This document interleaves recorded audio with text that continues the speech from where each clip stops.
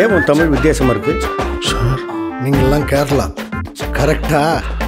ரொம்ப சந்தோஷமா இருக்கிற மாதிரி தெரியுது. இங்கே எல்லாம் நல்லா பேசணும், சிரிப்பானும், உன் சந்தோஷத்துலேயும் கலந்துக்கணும், உனக்கு கஷ்டம் போது கைட்டிக்கணும். டூரிங் டாக்கிஸ் ரசிகர்களுக்கு வணக்கம். வாங்க லென்ஸ் நிகழ்ச்சிக்கு போகலாம்.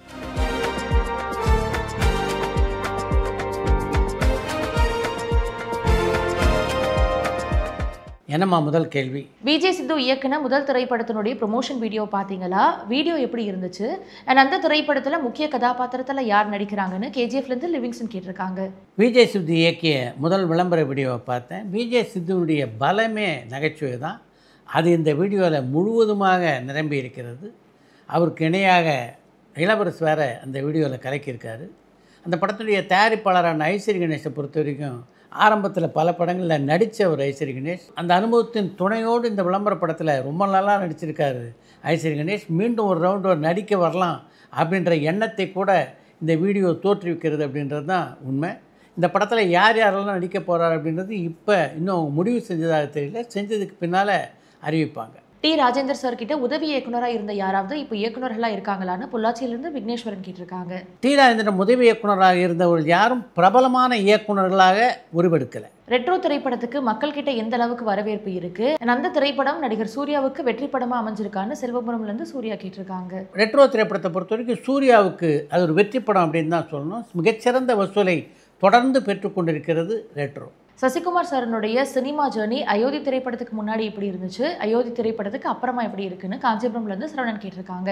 சசிகுமாருடைய திரை வாழ்க்கையில் அயோத்தி ஒரு நல்ல படம், அவ்வளவுதானே தவிர அவருடைய திரைப்படத்தில் மிகப்பெரிய மாறுதலை அயோத்தி ஏற்படுத்திச்சு அப்படின்லாம் சொல்ல முடியாது. ஏன்னா அயோத்தி மிகச்சிறந்த வெற்றி படமாக அமையலை. அந்த படத்துக்கு கிடைத்த பாராட்டின் அளவுக்கு அந்த படத்தினுடைய வசூல் அமையலை அப்படின்றது தான் உண்மை. சசிகுமாரை பொறுத்த வரைக்கும் அவருடைய பயணம் இருக்க அது சீரான பயணம். நல்ல ஒன்லைன் இருந்தும் சுமோ திரைப்படம் வெற்றி அடையாமல் போனதுக்கான காரணம் என்ன? ஒருவேளை நல்ல திரைக்கதை அமைஞ்சிருந்தா அந்த திரைப்படம் வெற்றி படமாக அமைஞ்சிருக்குமான்னு தோர்ணமலையிலேருந்து ஷின்பகிராமன் கேட்டிருக்காங்க. நீங்களே கேள்வி கேட்டு நீங்களே பதிலையும் சொல்லிட்டீங்க. எந்த ஒரு படம் வெற்றி பெற வேண்டும் என்றாலும் அந்த படத்தினுடைய திரைக்கதை நல்ல முறையில் ரசிகர்களை ஈர்க்கின்ற விதத்திலே அமைக்கப்பட்டிருக்க வேண்டும். அப்போ தான் அந்த படம் வெற்றி பெறும். கமல் சார் தலைமையில் புதிய சினிமா ஸ்டுடியோ ஒன்று அரசாங்கம் நிறுவ இருக்கிறதா வர செய்திகள் உண்மையானு கோவைப்புதூர்லேருந்து பாபு கேட்டிருக்காங்க. திரைப்பட நகரம் ஒன்று தமிழ் சினிமாவுக்காக மிக விரைவிலே அமைக்கப்படும் அப்படின்னு தமிழக அரசு அறிவித்திருக்கிறது. அது கமல்ஹாசன் தலைமையில் இயங்க போகிற ஸ்டூடியோ இல்லை. கமல்ஹாசனுடைய துணையோடு கமல்ஹாசனுடைய ஆலோசனையோடு இயங்கக்கூடிய ஒன்றாக அமையும். 80-90 காலகட்டங்களில் கதாநாயகனுடைய குரலுக்கு ஏற்றபடியான ஒரு பாடகரை தேர்ந்தெடுத்து பாட வைப்பாங்க. ஆனால் இன்னைக்கு ஹீரோவுக்கும் பாடகருடைய குரலுக்கும் சம்மந்தமே இல்லாமல் பாடல்கள் வெளியில் வருது. இது நீங்கள் எப்படி பார்க்குறீங்கன்னு பொள்ளாச்சியிலேருந்து விக்னேஸ்வரன் கேட்டிருக்காங்க. தமிழ் சினிமாவின் ஆரம்ப காலத்தில் கூட ஹீரோனுடைய குரலுக்கேற்ப பாடல்கள் எல்லாம் தேர்ந்தெடுத்ததாக சொல்ல முடியாது. சிவாஜி கணேசனுடைய ஆரம்ப நாட்களில் பல படங்களில் அவருக்கு குரல் கொடுத்ததுன்னா அது சிதம்பரம் சி.ஏ. ஜெயராமன். அவருடைய குரல் சிவாஜிக்கு மிகவும் பொருத்தமான குரல் அப்படின்லாம் சொல்ல முடியுமா சொல்லுங்கள். ஆனால் அந்த காலகட்டத்தில் அவருக்கு ரொம்ப பொருத்தமான குரலாக அதைத்தான் நினைச்சாங்க. நடிகர் சிவாஜியும் அதைத்தான் நினைத்தார். அதன் காரணமாகத்தான் டி.எம். சௌந்தரராயனை ஒரு தயாரிப்பாளர் ஒரு புதிய படத்துக்காக ஒப்பந்தம் செய்ய போது அதற்கு மறுப்பு தெரிவித்தார் சிவாஜி. சினிமா ஸ்பாட்டில் ஒர்க் பண்ணுற மற்ற டெக்னீஷியன்ஸ் அண்ட் தொழிலாளர்களுக்கும் தனியாக கேரவன் இருக்குமான்னு காஞ்சிபுரம்லேருந்து சரவணன் கேட்டிருக்காங்க. கேரவனை பொறுத்த வரைக்கும் ஆரம்பத்தில் கதாநாயகன் கதாநாயகி அவங்களுக்கு தான் அதை கொடுத்துட்டு இருந்தாங்க. அதுக்கு பின்னால் படத்தில் நடிக்கின்ற குணச்சித்திர நடிகர்களுக்கும் கேரவன் கொடுக்கின்ற வழக்கம் ஆரம்பித்தது. அதை தொடர்ந்து படத்திலே வேலை செய்கின்ற முக்கியமான டெக்னீஷியன், அதாவது ஒளிப்பதிவாளர், இயக்குனர், ஸ்டண்ட் இயக்குனர், நடன இயக்குனர் போன்றவர்களுக்கு கேரவனை கொடுக்க ஆரம்பித்தாங்க. ஆனால் இன்னி வரைக்கும் தொழிலாளர்களுக்கு கேரவன் கொடுக்கின்ற பழக்கம் சினிமாவில் வரல. டான் படத்துக்கு என்னதான் லைக்கா நிறுவனம் பணம் போட்டிருந்தாலும் கதை தேர்விலிருந்து போஸ்ட் ப்ரொடக்ஷன், ப்ரமோஷன் அண்ட் படத்தினுடைய வெளியீட்டு வரைக்கும் எஸ்கே ப்ரொடக்ஷன்ஸ் அண்ட் கலையரசன் தான் ஃபுல்லாக பார்த்துக்கிட்டாங்கன்னு வர தகவல்கள் உண்மையா? அண்ட் லைக்கா நிறுவனமே இது எல்லாத்தையுமே மேற்கொண்டிருந்தால் அந்த திரைப்படம் வெற்றி படமாக அமைஞ்சிருக்குமான்னு ஸ்ரீலங்காலேருந்து மதிஷான் கேட்டிருக்காங்க. லைக்கா நிறுவனம் எத்தனை திரைப்படங்களை தயாரித்திருக்கிறது, அதில் எத்தனை திரைப்படங்கள் வெற்றி படங்களாக அமைந்திருக்கின்றன. அப்படி இருந்தும் இப்படி ஒரு கேள்வியை நீங்கள் எதனால் கேட்டிருக்கீங்க அப்படின்னு என்னால் புரிந்து கொள்ள முடியல. ரெட்ரோ திரைப்படத்துக்கு வர நல்ல விமர்சனங்களை விட எதிர்மறை விமர்சனங்கள் தான் அதிகமாக இருக்குது. தப்பி தவறி கூட அந்த திரைப்படத்தை நீங்கள் பார்த்துடாதீங்கன்னு வர விமர்சனங்களை நீங்கள் எப்படி பார்க்குறீங்கன்னு விருகம்பாக்கம்லேருந்து சுரேஷ் கேட்டிருக்காங்க. ஒரு திரைப்படத்துடைய விமர்சனம் அப்படின்றது அந்த திரைப்படத்துடைய நிறைகளையும் குறைகளையும் சொல்லுதாக இருக்க வேண்டுமே தவிர தயவுசெய்து இந்த படத்தை போய் பார்த்துடாதீங்க, படத்தை பார்த்தீங்கன்னா காசு வேஸ்ட், இது போன்ற விமர்சனங்களால் அந்த படம் மட்டும் இல்லை, திரையுலகமே பலவீனப்படும் அப்படின்றது தான் உண்மை. சார், நீங்கள் இது வரைக்கும் பார்த்த திரைப்படங்களில் படம் நல்லா இருந்தாலும் மக்கள்கிட்ட போதிய வரவேற்பு கிடைக்காம தோல்வியடைஞ்ச திரைப்படங்கள் ஏதாவது இருக்கா? அப்படி இருந்துச்சுன்னா அது என்னென்ன திரைப்படங்கள்னு ஷேர் பண்ண முடியுமான்னு தலையாம்பலம்லேருந்து செல்வம் ராஜா கேட்டிருக்காங்க. அன்பே சிவம், 1000ல் ஒருவன், புதுப்பேட்டை, கடைசி விவசாயி என்று பல படங்களை சொல்லலாம். சார், உங்கள் தயாரிப்பில் சீரியல்கள், வெப் சீரிஸ், த்ரில்லர் கதைகளின் குடும்ப கதைகளை எதிர்பார்க்கலாமான்னு கோவைப்புதூர்லேருந்து பாபு கேட்டிருக்காங்க. இப்போதைக்கு நான் இந்த படத்தையும் தயாரிப்பதாக இல்லை. அதனால் என்னுடைய தயாரிப்பில் வெப் சீரிஸையோ தொலைக்காட்சி தொடர்களையோ திரைப்படங்களையோ தயவு செய்து எதிர்பார்க்காதீங்க. நடிகர் அர்ஜுன் இப்போ எத்தனை திரைப்படங்களை நடிக்கிறாரு? அவர் நடிப்பில் அடுத்து வெளியாக இருக்கிற திரைப்படங்கள் என்னென்னு பொள்ளாச்சியிலேருந்து விக்னேஸ்வரன் கேட்டிருக்காங்க. அர்ஜுன் நடிப்பிலே அடுத்து தீயவர்கள் கொலை நடுங்க அப்படின்ற திரைப்படம் வெளிவருவதற்கு வாய்ப்புகள் இருக்கின்றன. அந்த படம் நீங்களாக சீதா பயணம் அப்படின்ற ஒரு படத்தை அர்ஜுன் இயக்கி கொண்டிருக்கிறார். அந்த படமும் தீயவர்கள் கொலை நடுங்க படத்தை தொடர்ந்து வெளியாகும் அப்படின்னு நினைக்கிறேன். சார், ஒரு ஹீரோ மேலேயோ அல்லது இயக்குனர் மேலேயோ கிரிமினல் கேஸ் இருந்தால் அவங்களுடைய படங்களை ஓடிடி நிறுவனங்கள் அக்செப்ட் பண்ணுவாங்களான்னு கேரளாலேருந்து ஜெயராஜ் கேட்டிருக்காங்க.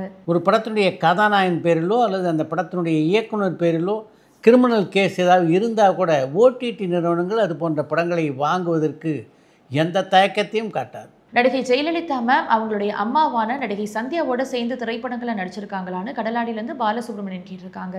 சின்னத கொம்பே, மனே அலியா, நன்ன கர்த்தவ்யா ஆகிய 3 கன்னட படங்களில் சந்தியாவும் அவருடைய மகளான ஜெயலலிதாவும் சேர்ந்து நடிச்சிருக்காங்க. சார், ஊர் சைடில் அங்கே சினிமா மேலே ஆர்வம் இருக்கவங்க எல்லாரும் சேர்ந்து ஒரு திரைப்படத்தை தயாரித்து அங்கே இருக்க திரையரங்குகள்லேயே அதை திரையிடுவாங்க. இந்த மாதிரியான திரைப்படங்களுக்கு சென்சார் சர்டிஃபிகேட் வாங்குவாங்களா? இந்த மாதிரியான திரைப்படங்களை நீங்கள் பார்த்துருக்கீங்களா?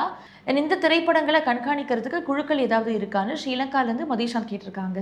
ஒரு திரைப்படத்தை மக்கள்கிட்டேருந்து காசு வசூலித்து அவர்களுக்கு திரையிட்டு காட்டுறீர்கள் என்றால் தான் அதுக்கு சென்சார் சர்டிஃபிகேட்லாம் வாங்கணும். நீங்கள் ப்ரைவேட்டாக உங்களுடைய நண்பர்களுக்கு ஒரு திரைப்படத்தை போட்டு காண்பிப்பதற்கு எந்த தணிக்கை சான்றிதழும் தேவையில்லை. தியாகராஜ பாகவதர் சார் கலர் படத்தில் நடிச்சிருக்காரான்னு சென்னையிலேருந்து சந்தனகுமார் கேட்டிருக்காங்க. வண்ணப்படங்களிலே நடிக்கக்கூடிய வாய்ப்பு MK தியாகராஜ பாகவதருக்கு அமையலை.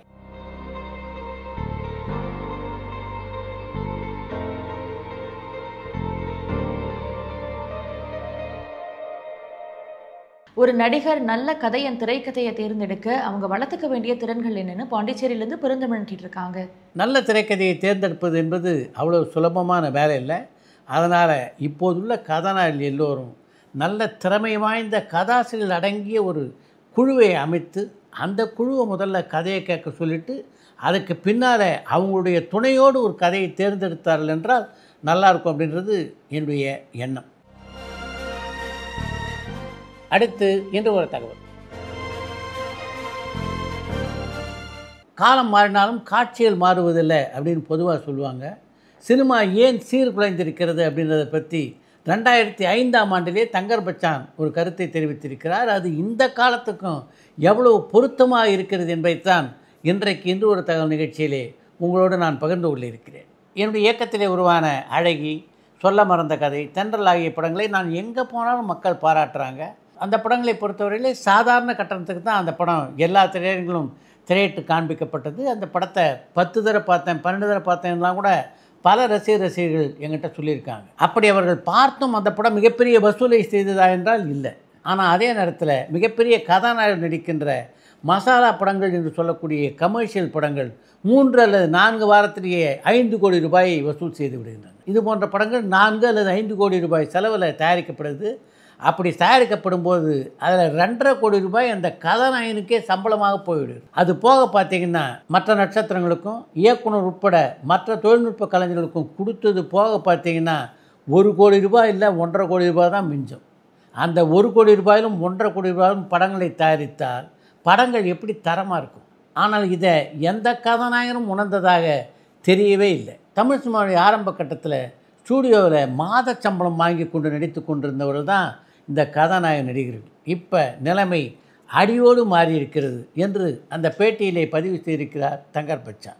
தங்கர் பச்சானுடைய இந்த பேட்டி வெளியான ஆண்டு 2005. இப்போ நம்ம 2025 இருக்கோம். கதாநாயகர் சம்பளம் 5 கோடியிலிருந்து 150 கோடி, 175 கோடி, 200 கோடி ரூபாய் ஆகியிருக்கிறதே தவிர படத்துக்கான தயாரிப்பு செலவு இருக்க அது கதாநாயகருடைய சம்பளத்தை விட கம்மியாகத்தான் இருக்கிறது என்பதுதான் இன்றைக்கும் உள்ள நிலை. ஸோ ஆக்சுவலாக வந்து சார் அந்த படம் முடியும் போது வந்து எல்லாம் கிளம்பிட்டாங்க. எடிட்டிங் நான் மட்டும் தனியாக வந்து பண்ணிகிட்டு இருக்கேன். நான் அப்போ பார்த்தா சொல்கிறாங்க, அண்ணே சார் 30 வருஷமாக வாரண்ட் இருக்குது சார், இது ஒரு $1 மில்லியன் கொஸ்டின் சார். அப்போ தெளிவாக சொன்னாங்க, அண்ணே அடுத்த வாட்டி வரும்போது நாங்களாம் இருக்க மாட்டோம். கனடாவில் இருந்துட்டு ரவி அச்சுதன் சொல்லிட்டு ஒரு சினிமாட்டோகிராஃபர் சார், அவர் வந்து சென்னைக்கு வந்திருக்கேன், மயிலாப்பூரில் தங்கியிருக்கேன், ஜானபுரம் சந்திக்கலாமா அப்படின்னாரு. அண்ணன் ஆணிதர் பார்த்தண்ணே அப்படின்னு, அது ஒரு சம்பவம் நடந்ததுண்ணே அப்படின்னாரு. என்னென்னு பார்த்தா டிக்கெட் கிடைக்காம நிறைய நடுவுலலாம் உட்காந்து பார்க்குறாங்க, தரையில் உட்காந்து பார்க்குறாங்கன்னு சொன்னேன். பார்த்தா நானும் எங்கள் அம்மாவும் நம்ம போய் பார்த்தேன். அந்த இடப்பெரு காட்சியில் வரும்போது அண்ணன் ஒரு சைனீஸ் கம்பெனியில் தான் வந்து நாங்கள் வந்து போஸ்ட் ப்ரொடக்ஷன் ஒர்க் பண்ணிட்டு இருக்கோம் சார், சிங்கப்பூரில் சார். பண்ணுவது அந்த டைமில் பார்த்தா ஆஸ்திரேலியாவில் இருந்துட்டு வந்த ஒரு சினிமாட்டோகிராஃபர் சார், அவன் வந்து ஒரு HDTV கேமரா அவங்க வந்திருக்காங்க. நாங்கள் வாங்கின கம்பெனிக்காரர் என்ன பண்ணியிருக்காங்க, இதே மாதிரி ஒரு கேமரா வாங்கிட்டு தான் வந்து ஒரு குரூப் வந்து ஸ்ரீலங்காவில் போயிட்டு ஷூட் பண்ணிட்டு வந்திருக்காங்க, வேணா நீங்கள் வந்து அதை அவருடைய அவுட்புட் பாருங்கன்னு சொல்லி என்ன பண்ணால் நேராக எடிட்டிங் ஸ்டுடியோக்கு வந்துட்டாங்க சார். பரபரப்பான சினிமா செய்திகள், நட்சத்திரங்களின் பேட்டிகள், சினிமா வரலாறு ஆகியவற்றை பார்க்கவும் படிக்கவும் உங்களுக்கான இணையதளம் tourantalkies.co.